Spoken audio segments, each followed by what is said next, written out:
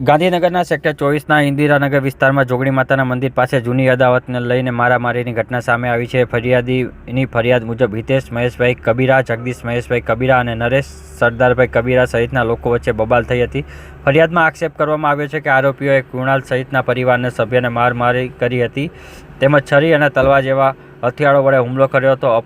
આ ઉપરાંત ગાળો બોલી જાનથી મારી નાખવાની ધમકી આપ્યાની પણ ફરિયાદમાં ઉલ્લેખ કરવામાં આવ્યો છે. સમગ્ર મામલે સેક્ટર 21 પોલીસે BNSની વિવિધ કલમો હેઠળ ત્રણેય આરોપીઓ વિરુદ્ધ ગુનો નોંધી વધુ તપાસ હાથ ધરી છે. આ ફરિયાદ 25 ઓગસ્ટના સવારે નોંધાઈ છે. મારું નામ આકાશ મનુભાઈ મકવાણા. ઘટના શું બની હતી? ઘટના એવી બની, ગત 1 વર્ષ પહેલાંની અદાવતને લઈ આ લોકોએ સામે જે પક્ષ છે સરદાર કબીરા, જયેશ કબીરા, નરેશ કબીરા, હિતેશ કબીરા, રૂસ કબીરા, આ બધા મીત કબીરા, આ જે બધા આરોપી છે એ લોકોએ જૂની અદાવતને લઈ ડિસ્ટ્રિક્ટ શોપિંગની પાછળ મારો ભત્રીજો ત્યાં ગયેલ હોવાથી આ લોકોએ જૂની અદાવતમાં ગાળાગાળી કરી. ત્યાં એમને મારામારી કરી. ત્યાંથી મારો ભત્રીજો છટકીને એમના ઘરેથી મારા ઘરે આવવા માટે નીકળ્યો. ત્યાં એમના ઘર જોડે રોકી તલવારો મારી. ત્યાંથી લઈ અહીંયા બેસાડ્યો 108ને ફોન કર્યો.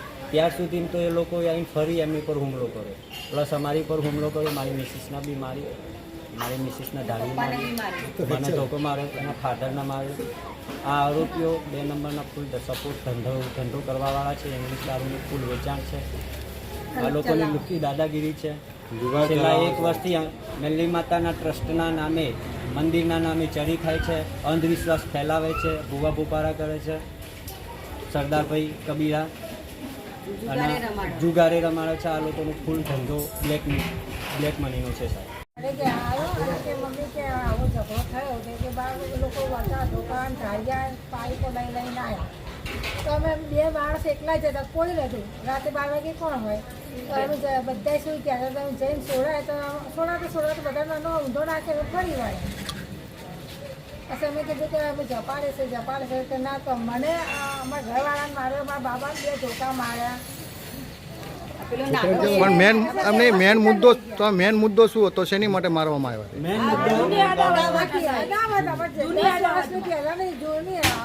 ઝઘડો ચાલતો હતો. બધું બતાવી રોજ આપણે ભેગું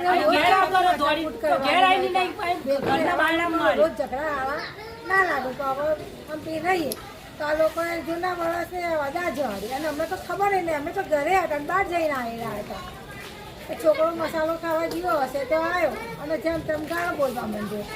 તે પછી હમણાં લઈને કહેવાય એમ જતે અમારા બાને ફરી વળ્યા.